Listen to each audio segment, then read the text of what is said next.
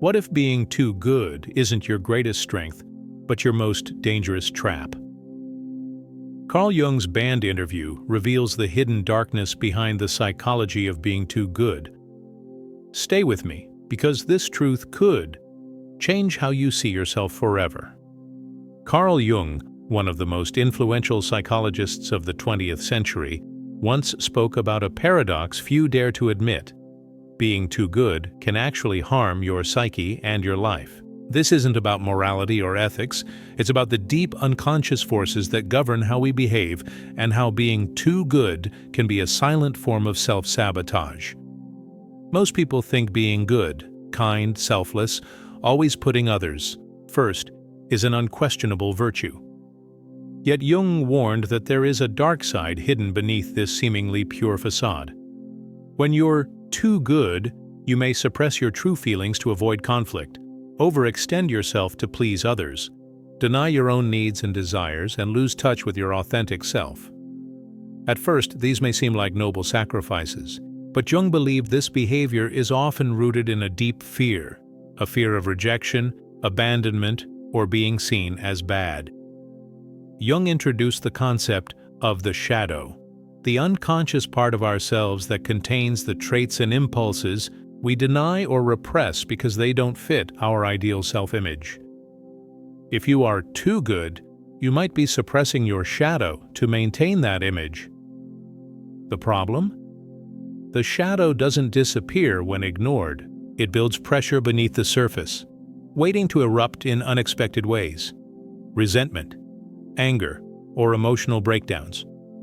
Modern culture often rewards the good person, the one who is always kind, generous, and compliant.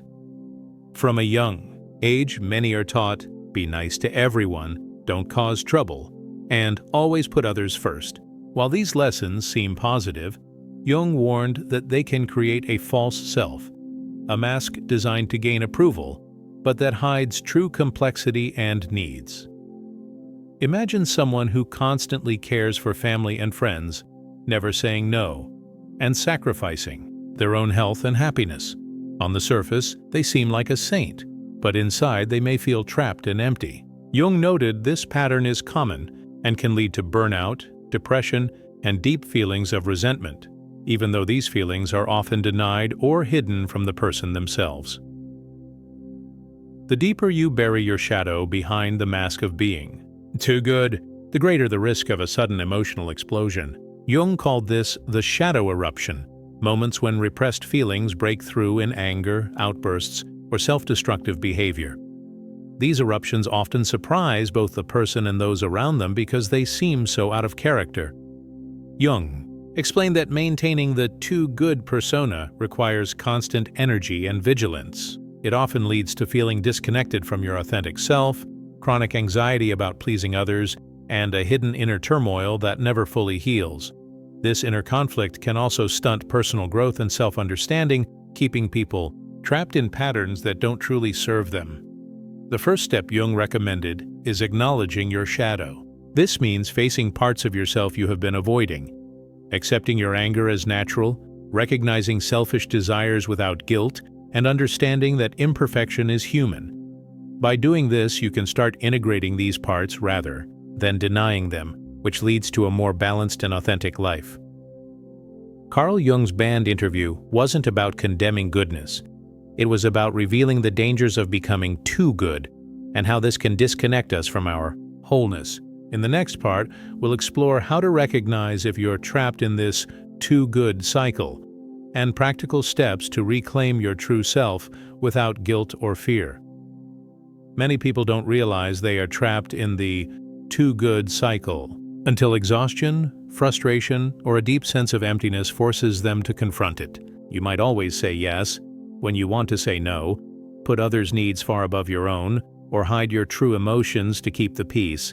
These behaviors seem harmless or even noble, but Jung showed they can quietly erode your soul. This isn't about being selfish or uncaring. It's about the fact that when you sacrifice your authenticity to fit an ideal, you disconnect from your inner truth. This disconnect causes stress because your conscious self is trying to maintain an image that doesn't fully represent who you are beneath the surface. You end up exhausted from pretending, frustrated because your real needs go unmet, and anxious because you fear losing approval. People caught in this pattern often don't recognize their own anger or resentment. They may see themselves as calm, patient, or even saintly, but deep inside a storm brews. Jung called this repressed energy. It's like a volcano slowly building pressure. If ignored, it will erupt, sometimes in ways that shock even the person themselves. A sudden outburst, a harsh criticism, or a breakdown can feel completely out of character, but these are signs the shadow is demanding to be seen. One of the most common signs Jung identified is perfectionism masked as goodness.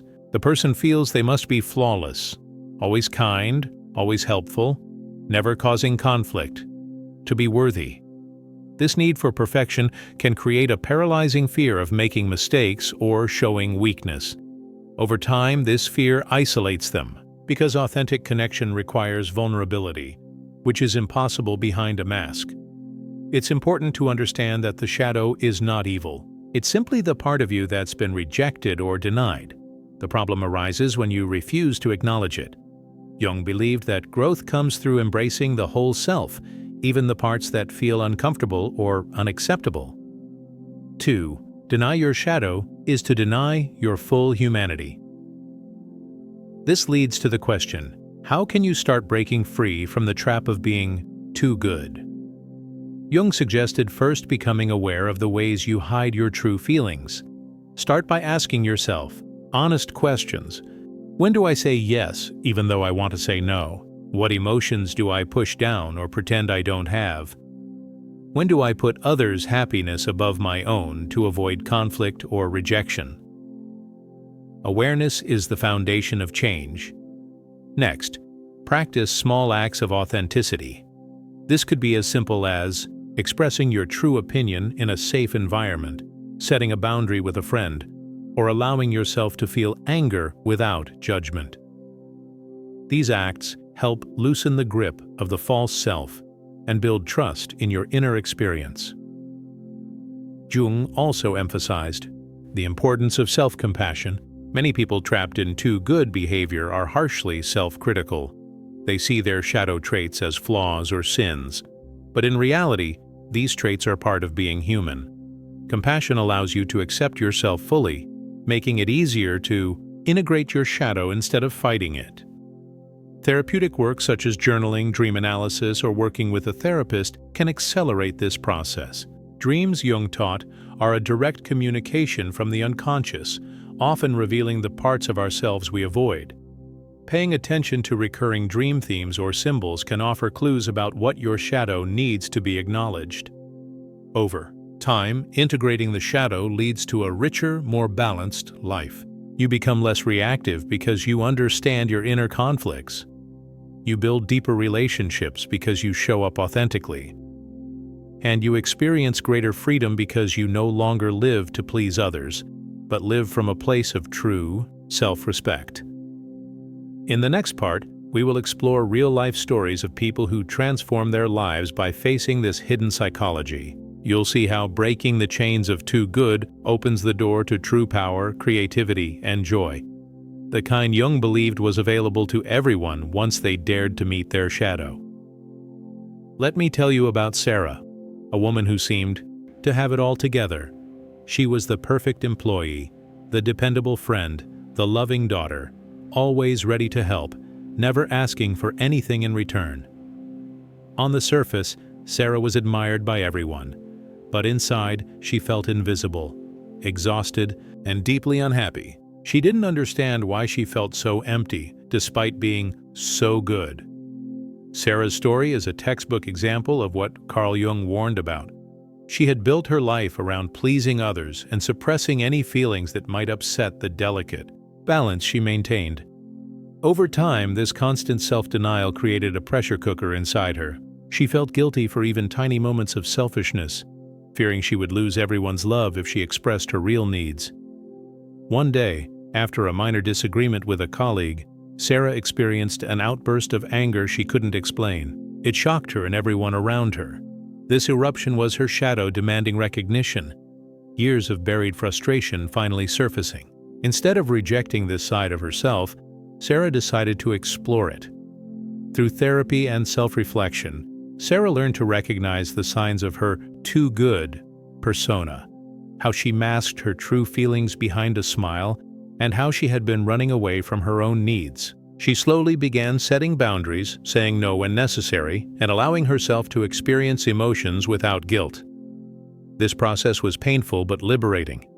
As Sarah integrated these hidden parts of herself, she discovered a new kind of strength, one that didn't depend on others' approval but on self-acceptance. Her relationships deepened because she was no longer afraid to be real. Her work improved because she wasn't burnt out from pretending. And most importantly, she finally felt connected to who she truly was. Sarah's transformation wasn't instant or easy, but it shows the power of facing what Jung called the shadow.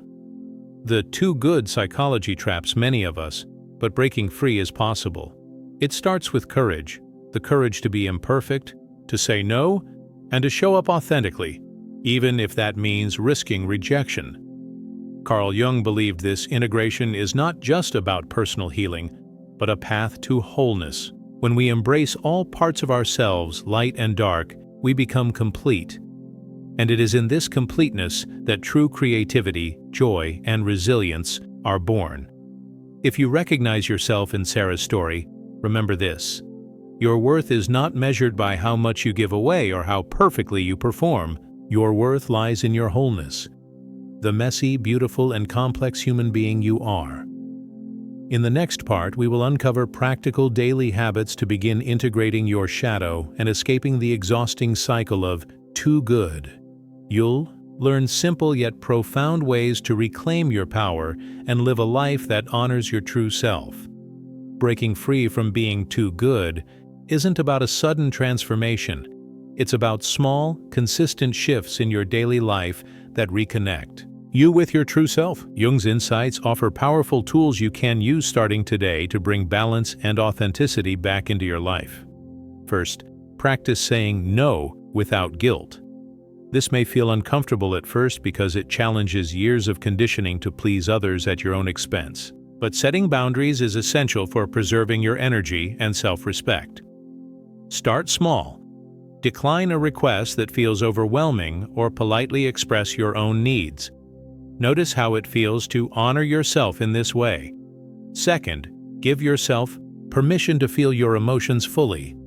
Many too good people push down anger, sadness, or frustration because they think these feelings are bad or unacceptable. Jung taught that every emotion has value and communicates something important about your inner world.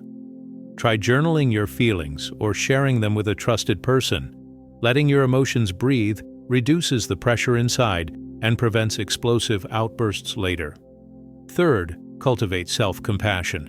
When you stumble or act in ways you judge as not good enough, treat yourself with kindness rather than harsh criticism. This is vital for healing the wounds created by years of perfectionism and self-denial. Self-compassion opens the door to self-acceptance and makes integrating your shadow less frightening. Fourth, reflect on your dreams and inner thoughts. Jung believed dreams were a window into the unconscious mind. Pay attention to recurring themes or symbols that feel significant. You don't need to analyze them perfectly. Simply notice what feelings or ideas they evoke. This practice helps you connect with hidden parts of yourself that need acknowledgement. Fifth, embrace your imperfections. Being too good often means striving for flawlessness, which is impossible and exhausting. Instead, accept that you are human, with strengths and weaknesses, light and shadow. This acceptance frees you from unrealistic expectations and allows you to be more present and joyful. Lastly, consider seeking professional support if you feel stuck. Therapists trained in Jungian psychology can guide you through the process of shadow work and help you safely explore your unconscious. Healing is not linear, and having a compassionate guide can make a world of difference. By incorporating these practices, you gradually dismantle the too good persona and invite your authentic self to emerge. You build resilience because you're no longer fighting parts of yourself but working with them. Your relationships improve because you communicate honestly and set healthy limits, and your inner world becomes a place of peace rather than constant tension. Remember, Jung didn't view this process as easy, but he believed it was necessary for true psychological health. The journey of integrating your shadow is a path to wholeness, a journey from fragmentation to unity within yourself. In the next part, we will explore how culture and society often reinforce the too good myth and how breaking free is not just a personal rebellion, but a revolutionary act of self-liberation. We'll also discuss how this shift can ripple out to transform the world around you.